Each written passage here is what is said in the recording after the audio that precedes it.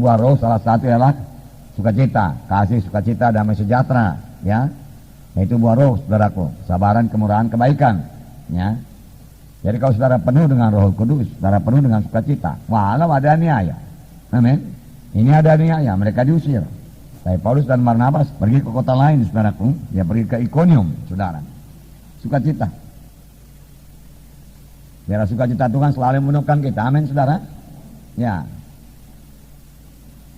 Itu satu barometer, saudaraku, persekutuan kita baik dengan Tuhan. Sukacita. Sukacita, ya. Nah, kemudian mari kita baca Kisah 14, ya, ayat 1 sampai 7. Kita baca bersama-sama, semua membaca. Di Ikonium pun kedua rasul itu masuk ke rumah ibadat orang Yahudi, lalu mengajar sedemikian rupa sehingga sejumlah besar orang Yahudi dan orang Yunani menjadi percaya. Tetapi orang-orang Yahudi yang menolak pemberitaan mereka memanaskan hati orang-orang yang tidak mengenal Allah dan membuat mereka gusar terhadap saudara-saudara itu. Paulus dan Barnabas tinggal beberapa waktu lamanya di situ. Mereka mengajar dengan berani karena mereka percaya kepada Tuhan. Dan Tuhan menguatkan berita tentang kasih karunia-Nya dengan mengaruniakan kepada mereka kuasa untuk mengadakan tanda-tanda dan mujizat. Tetapi orang banyak di kota itu terbelah menjadi dua. Ada yang memihak kepada orang Yahudi, ada pula yang memihak kepada kedua rasul itu. Maka mulailah orang-orang yang tidak mengenal Allah pemimpin-pemimpin mereka menimbulkan satu gerakan untuk menyiksa dan melempari kedua rasul itu dengan batu. Setelah rasul-rasul itu mengetahuinya, menyingkirlah mereka ke kota-kota Likaonia, yakni Listra dan Derbe dan daerah sekitarnya. Di situ mereka memberitakan Injil. Nah, setelah di sini dikatakan di Ikonium kedua rasul itu masuk ke rumah ibadat orang Yahudi. Nah, tujuan mereka terus langsung menuju rumah ibadah orang Yahudi. Karena mereka tahu di situ ada orang Yahudi. Karena di situ mereka bisa mendengarkan firman Tuhan. Disitulah orang yang mau mendengarkan firman Tuhan. Jadi mereka tahu kemana mereka pergi. Mereka cari sasaran yang tepat, ya. Dan memang berhasil. Mereka bisa meyakinkan sebagian dari orang Yahudi ini, ya, untuk percaya kepada Tuhan. Bahkan dikatakan di sini mengajar sedemikian rupa sehingga sejumlah besar orang Yahudi dan orang Yunani menjadi percaya. Perhatikanlah saudaraku, mereka mendapat sejumlah besar, bukan sejumlah kecil, saudaraku. Ya, Tuhan menghendaki jumlah besar, bukan jumlah kecil, saudaraku. Biarlah kita perhatikan ini. Kalau pelayanan kita masih sejumlah kecil saja orang-orang yang selamat, mari kita selidik di mana kurangnya kita ini. Apakah kita kurang berdoa atau kurang mengasihi jiwa-jiwa itu? Kenapa hanya sejumlah kecil saja yang kita dapat jiwa-jiwa, padahal Tuhan mengasihi sejumlah besar jiwa-jiwa itu. Ya. Di sini juga dikatakan Paulus dan Barnabas mengajar sedemikian rupa. Bagaimanakah kira-kira mengajar sedemikian rupa ini, saudaraku? Saya percaya mengajar sedemikian rupa ini, mengajar tanpa kompromi. Ya. Mengajarkan Injil Tuhan yang benar, saudaraku. Memberitakan Yesus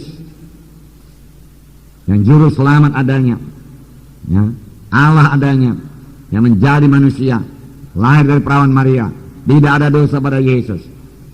Kemudian dia memikul semua dosa manusia, dan dia dihukum karena dosa manusia. Darahnya dicurahkan, dia mati di kayu salib, bangkit dari kematian. Dia hidup, Yesus yang hidup, yang mendengarkan doa kita, yang menjawab doa kita. Dia hidup.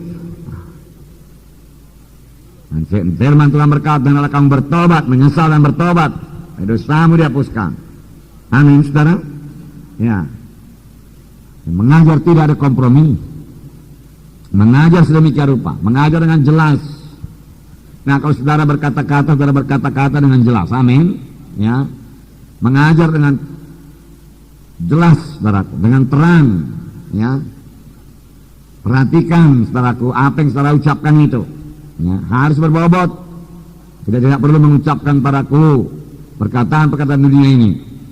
Karena untuk mengucapkan firman Tuhan saja selama 1 jam masih kurang waktu kita. Apalagi kita ambil pula bumbu-bumbunya, saudaraku, daripada saudaraku cerita-cerita orang dunia ini.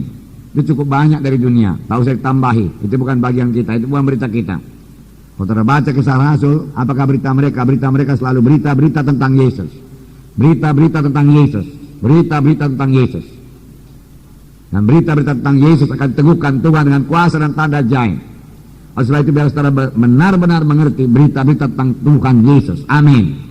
Ya, siapakah Tuhan Yesus, saudaraku? Ya, saudara menguasai sepenuhnya, saudaraku, ayat-ayat keselamatan. Amin. Ya, dan beritakan dengan terus terang pada jiwa-jiwa itu, dengan kasih pada jiwa-jiwa itu, saudaraku. Mengajar sedemikian rupa berarti mengajar dengan urapan Roh Kudus. Amin. Ya, karena tanpa urapan Roh Kudus, saudara, yang kita bawakan itu yang mematikan saja. Tidak ada kehidupan. Ya. Oleh sebab itu saudara harus penuh dengan Roh Kudus. Di atas sudah dikatakan tadi bahwasanya murid-murid itu pun penuh dengan Roh Kudus dan penuh dengan sukacita. Jadi melayani juga mereka, saudaraku, penuh dengan Roh Kudus dan penuh dengan sukacita. Kalau rasa-rasanya belum penuh dengan Roh Kudus, penuh dengan sukacita, saudara harus rindu sungguh-sungguh ini terjadi dalam pelayanan saudara. Jalannya berdoa.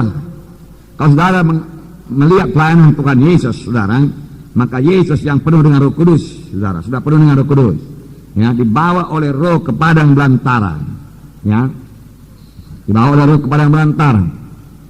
Itu dalam buku Lukas, saya pikir, ya. Ayat 1 berkata, Lukas 4 ayat 1, Yesus yang penuh dengan Roh Kudus kembali dari sungai Yordan, lalu dibawa oleh Roh Kudus ke padang gurun. Ya, di situ ia tinggal 40 hari lamanya dan dicobai iblis. Selama di situ ia tidak makan apa-apa dan sudah waktu dia lapar. Ya, 40 hari, 40 malam lamanya ia puasa. Ia sudah penuh dengan Roh Kudus, karena Roh Kudus sudah turun ke atasnya, berlembaga sebagai seekor merpati pada waktu dia dibaptiskan. Ia sudah penuh dengan Roh Kudus, saudara. Tetapi dia butuh kuasa lagi. Ya, bagaimanakah beroleh kuasa ini? Bagaimanakah beroleh urapan ini, saudaraku? Seperti saya katakan semalam, bagaimana kita beroleh kuasa? Meletakkan tangan orang itu sembuh, meletakkan tangan orang itu, saudaraku, dapat baptisan Roh Kudus. Ya, mujizat Tuhan, amin, saudara.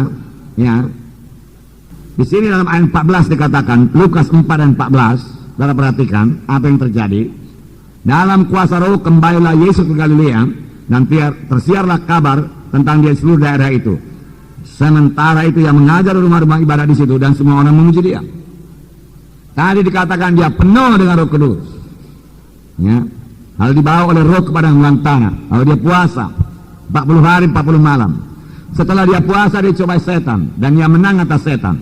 Kemudian setelah dia puasa, firman Tuhan berkata, dia bukan hanya penuh dengan Roh Kudus, dikatakan di sini dengan kuasa Roh Kudus. Yesus kembali ke Galilea.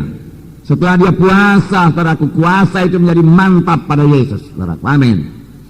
Ya. Ada Tuhan Yesus mengajari murid-murid, saudara, di mana dikatakannya jenis ini hanya bisa diusir dengan doa dan puasa. Ada hal-hal dalam hidup kita, hidup kekristenan kita, hidup rohani kita, yang tidak bisa dicapai hanya dengan doa saja. Ya. Dia hanya bisa dicapai kalau kita mau menyangkal diri, kita mau puasa, saudaraku. Sebelum KKR yang pertama, saudaraku, Kota Medan, saya puasa untuk itu, saudaraku. Saya puasa untuk kuasa Tuhan, saudara. Saya menyangkal diri. Saya membayar harganya, saudaraku. Nah, di sini dikatakan setelah Yesus puasa, maka dengan kuasa Roh, saudaraku, dia bisa memakai kuasa Roh Kudus di dalam pelayanannya. Amin. Lalu dalam ayat 18 dikatakan, dia sudah bersaksi, Yesus bersaksi, Roh Tuhan ada padaku, oleh sebab ia mengurapi aku untuk menyampaikan kabar baik pada orang-orang miskin, untuk menyampaikan kabar baik pada orang-orang miskin, menyampaikan kabar baik pada jiwa-jiwa. Dan jiwa-jiwa itu diselamatkan dalam jumlah yang besar, perlu urapan Roh Kudus. Amin.